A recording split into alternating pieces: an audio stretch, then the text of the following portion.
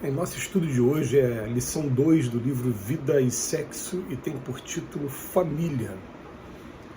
Há, pois, duas espécies de família, as famílias pelo laço espiritual e as famílias pelos laços corporais. Duráveis, as primeiras se fortalecem pela purificação e se perpetuam no mundo dos espíritos por meio de várias migrações da alma. As segundas, frágeis com a matéria, se extinguem com o tempo e muitas vezes se dissolvem moralmente já na existência atual. Item 8, capítulo 14 do Evangelho segundo o Espiritismo. De todas as associações existentes na Terra, excetuando naturalmente a humanidade, nenhuma talvez mais importante em sua função educadora e regenerativa, a constituição da família.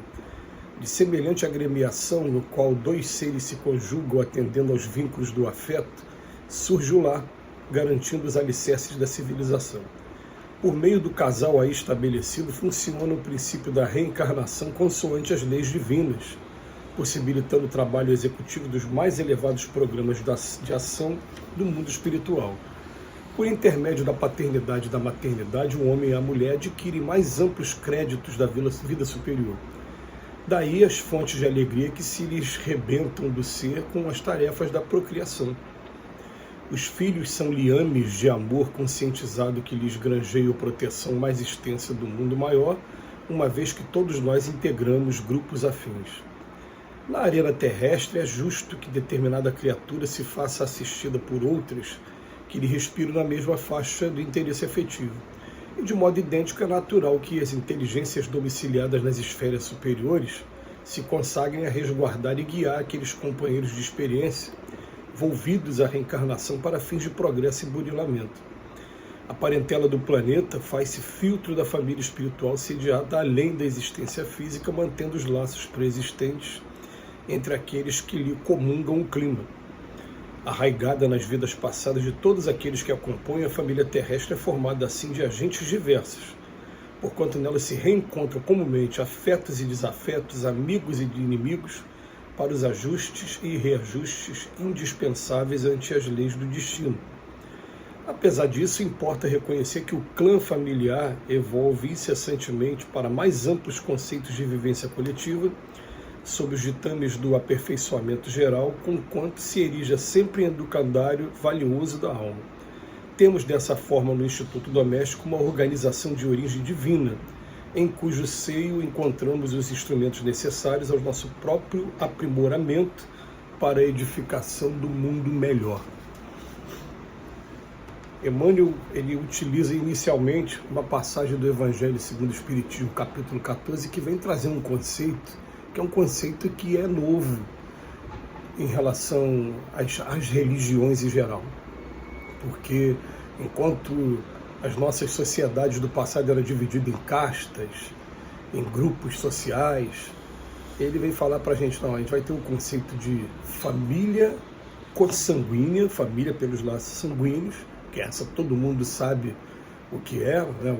O direito civil nosso, desde Roma Antiga, que é o berço do direito civil, já vem trazendo esses conceitos, pai, mãe, os filhos, sobrinhos, netos, todos consanguíneos, ligados pela linha de sangue mesmo.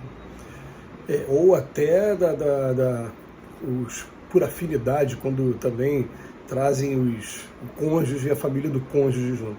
Mas existe também a família espiritual.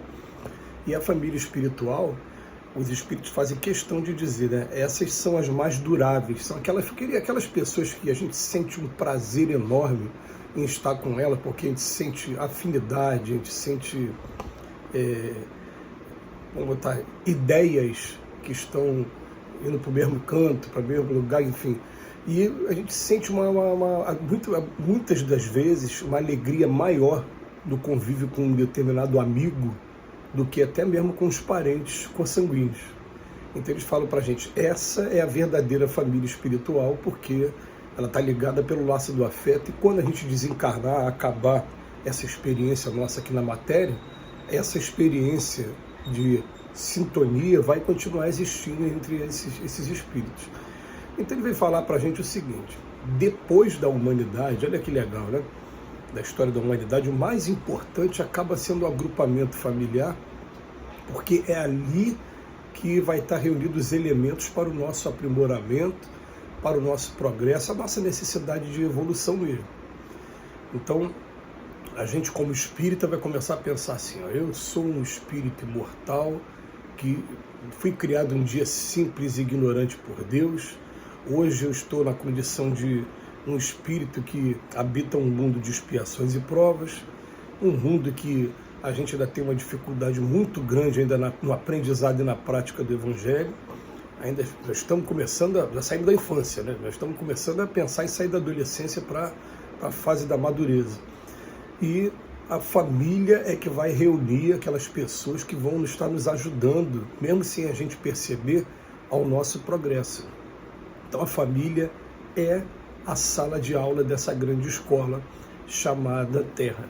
E o Emmanuel, ele vai falar aqui de maneira direta, franca, ele fala assim, ó,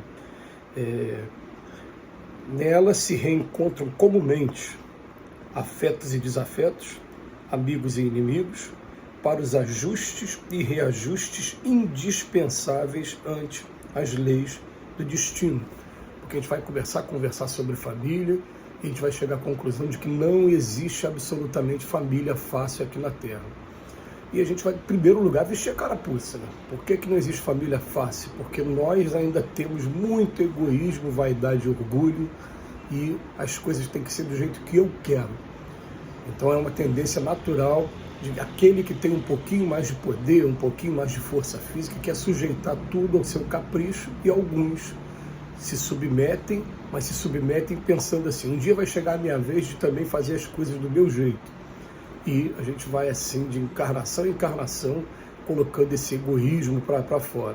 Até o que vai chegando o dia de aprendizado, é que a gente vai vendo, não, o objetivo é fazer com que todos sejam felizes, com que todos tenham as oportunidades de crescimento dentro daquilo que eles elegerem, não daquilo que eu quero que eles façam.